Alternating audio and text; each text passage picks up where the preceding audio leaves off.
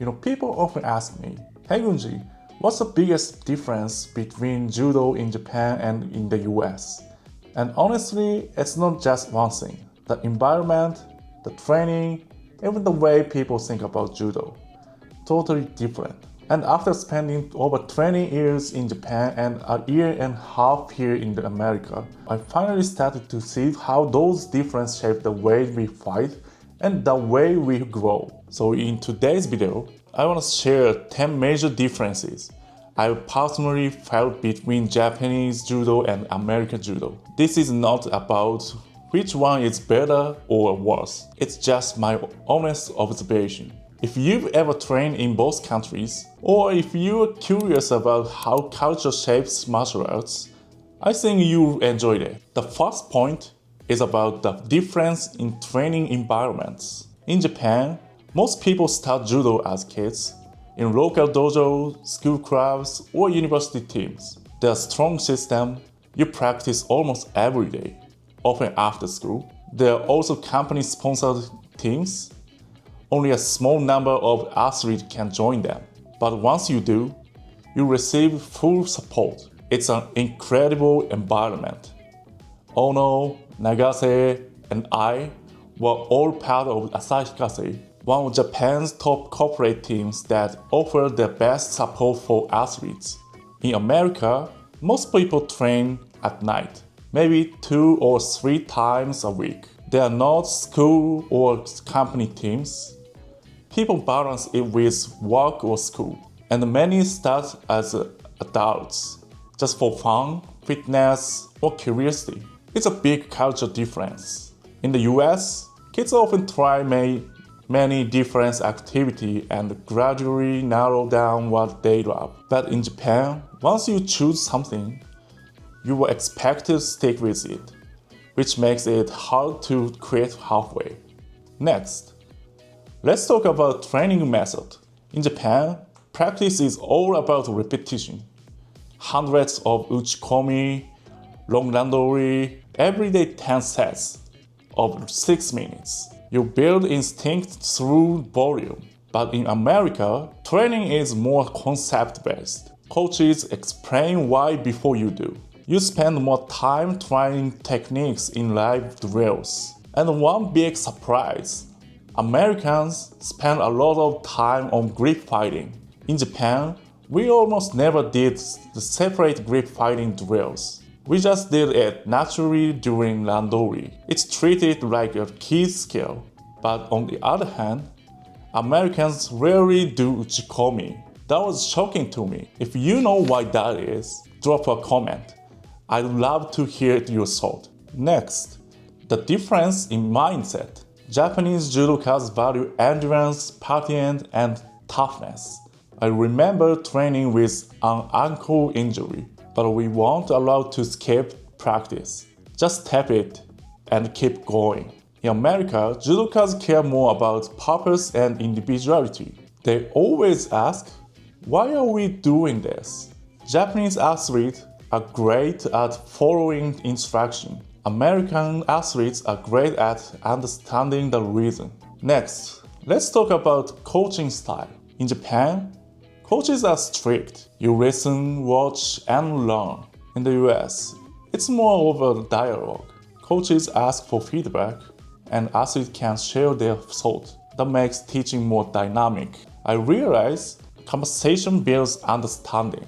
In Japan, the method is consistent but less flexible. Next, the attitude when learning, especially in seminars. In Japan, students rarely ask questions, even when they don't understand. In America, they ask a lot, and that's great. It shows curiosity and active learning. As an instructor, I actually enjoy teaching in America more, because questions push me to explain deeper, and I discover new insights too. In Japan, sometimes I wasn't sure if people really understand because they just stay in silent.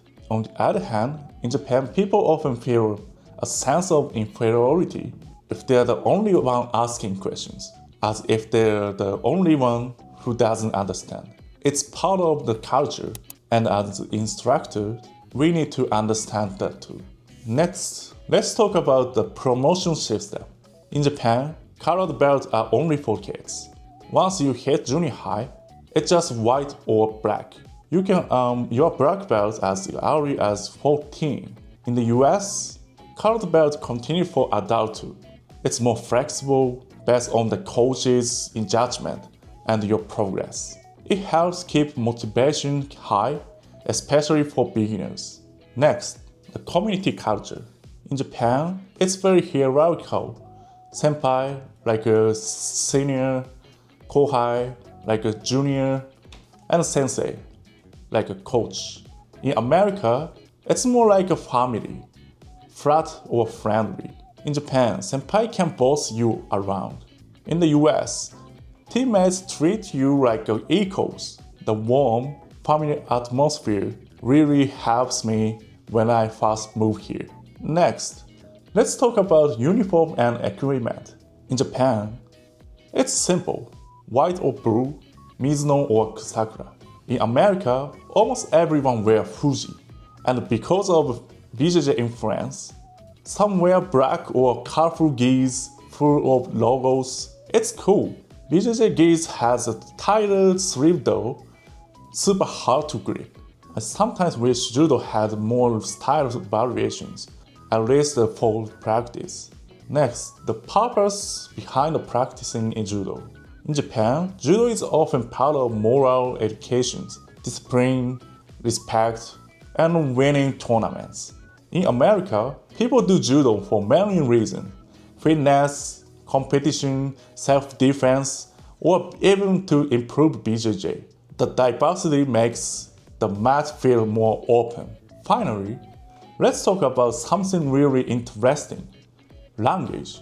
One thing I really love about American Judo is that so many Japanese words are still used. You often hear osotogari, kuzushi, or seoinage said in Japanese, even by people who don't speak Japanese at all.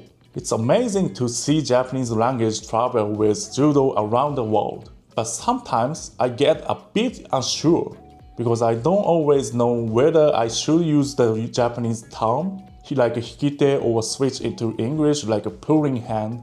I often wonder which words I actually understand in Japanese and which ones might need to be said in English to make sense. Another one I hear a lot is kumikata.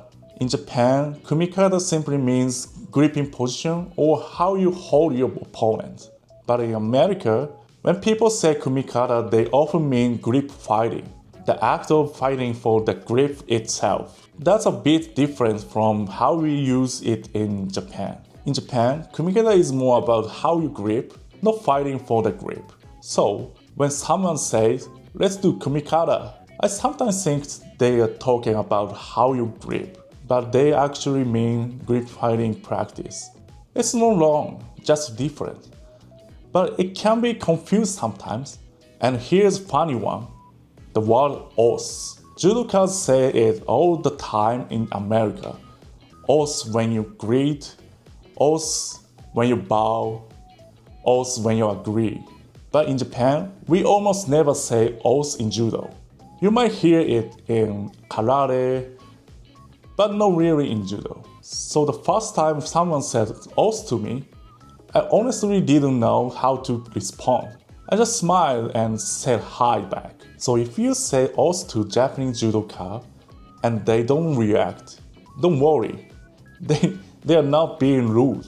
They're just confused. It's one of those fun cultural things that happen when martial arts cross borders. I think it's wonderful that Japanese words like Aiotsu, Uchimata, and Hikide are being used all around the world through Judo. Even if the meaning is slightly different, I truly appreciate that Japanese language is being shared globally through the art of Judo. I love to keep spread these words and their original meanings, so that more people can understand the spirit behind them. So, which one is better? Honestly, neither. Each has something special. What makes me happy is seeing how much respect America has for Japanese Judo. Even though Judo is not huge here yet, there are so many people who love it deeply. When I came here, people call me sensei. That respect means a lot. Now, my goal is to share judo in a way that fits this country to help more people feel how amazing it is. Whether you start as a kid or as an adult, judo has something to teach everyone. If you found this interesting, hit the like button, subscribe, and tell me in the comment, what's your experience with judo in your country?